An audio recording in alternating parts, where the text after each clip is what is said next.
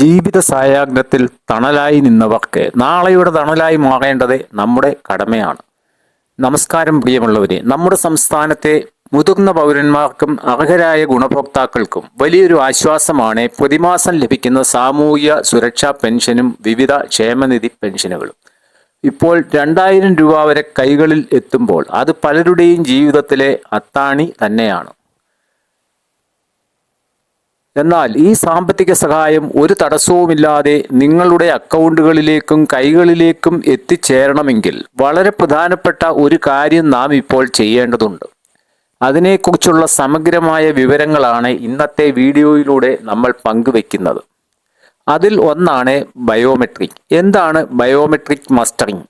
ക്ഷേമ പെൻഷൻ തുക മുടങ്ങാതെ ലഭിക്കുന്നതിനായി സർക്കാരിൻ്റെ നിർദ്ദേശപ്രകാരം ഇപ്പോൾ ബയോമെട്രിക് മസ്റ്ററിംഗ് ആരംഭിച്ചിരിക്കുകയാണ്.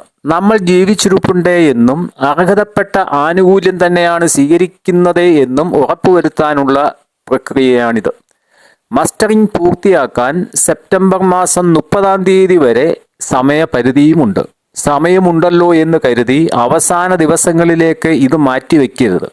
കാരണം അക്ഷയ കേന്ദ്രങ്ങളിൽ നേരിട്ട് പോയി ആധാർ കാർഡ് സമർപ്പിച്ച് മസ്റ്ററിംഗ് ചെയ്യുമ്പോൾ ചില സാങ്കേതിക തടസ്സങ്ങൾ നമ്മെ കാത്തിരിക്കുന്നുണ്ടാകാം.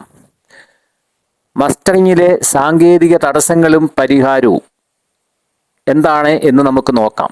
പല മുതിർന്ന പൗരന്മാരും അക്ഷയ കേന്ദ്രങ്ങളിൽ ചെന്ന് വിരലടയാളം പതിപ്പിക്കുമ്പോൾ സ്കാനറിൽ അത് തെളിയാത്ത സാഹചര്യങ്ങൾ ഉണ്ടാകാറുണ്ട്. വർഷങ്ങൾക്ക് മുൻപ് എടുത്ത ആധാർ കാർഡുകളിലെ ബയോമെട്രിക് വിവരങ്ങൾ കാലപ്പഴക്കം കൊണ്ട് പുതുക്കേണ്ടി വരുന്നതാണ് ഇതിന് പ്രധാന കാരണം. ഇത്തരം ഘട്ടങ്ങളിൽ വിരലടയാളമോ ഐറിസ് അതായത് കണ്ണുകളുടെ സ്കാനിങ്ങോ കൃത്യമായി ലഭിച്ചില്ല എങ്കിൽ ആധാർ ബയോമെട്രിക് അപ്ഡേഷൻ ആദ്യം ചെയ്യേണ്ടി വരും. അപ്ഡേഷൻ നടന്ന് അത് സിസ്റ്റത്തിൽ വരാൻ കുറച്ച് ദിവസങ്ങൾ എടുക്കുകയും ചെയ്യും. അതിനുശേഷമേ മസ്റ്ററിംഗ് പൂർത്തിയാക്കാൻ സാധിക്കുകയുള്ളൂ. അതുകൊണ്ടാണ് പറയുന്നത് സെപ്റ്റംബർ 30 വരെ സമയമുണ്ട് എങ്കിലും ഓഗസ്റ്റ് മാസത്തിൽ തന്നെ അക്ഷയ കേന്ദ്രങ്ങളിലെത്തി മസ്റ്ററിംഗ് ചെയ്യാൻ ശ്രമിക്കണം എന്ന്.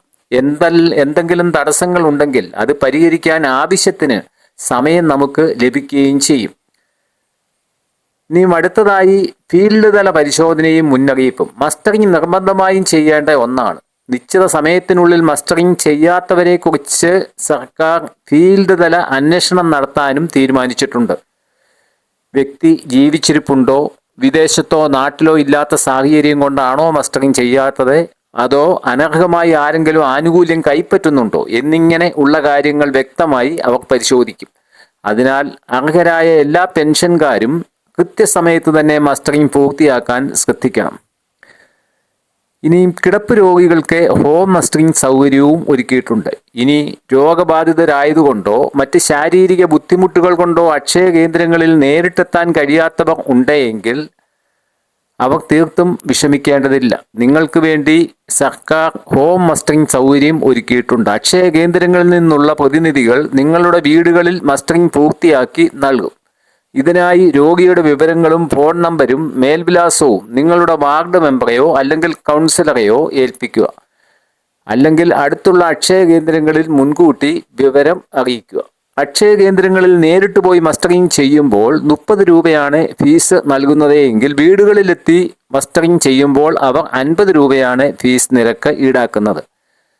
പെൻഷൻ തുക തടസ്സമില്ലാതെ കൈകളിലെത്താൻ ഈ വിവരങ്ങൾ എത്രയും വേഗം നിങ്ങളുടെ പ്രിയപ്പെട്ടവരിലേക്ക് ഷെയർ ചെയ്യുക. വീട്ടിലെ മുതിർന്നവർക്കും അയൽപക്കങ്ങളിലെ പെൻഷൻകാർക്കും ഈ കാര്യം ഓർമ്മിപ്പിച്ച് നൽകുക. ഈ വിവരങ്ങൾ നിങ്ങൾക്ക് ഉപകാരപ്രദമായി എന്ന് കരുതുന്നുവെങ്കിൽ ഇത്തരം പ്രധാന അറിയിപ്പുകൾ ഉടൻ തന്നെ നിങ്ങളെ തേടിയെത്താൻ നമ്മുടെ ഈ ചാനൽ സബ്സ്ക്രൈബ് ചെയ്യാനും ബെല്ലൈക്കൺ അമർത്താനും മറക്കരുത്. മറ്റൊരു നല്ല അറിയിപ്പുമായി വീണ്ടും കാണാം. നന്ദി, നമസ്കാരം.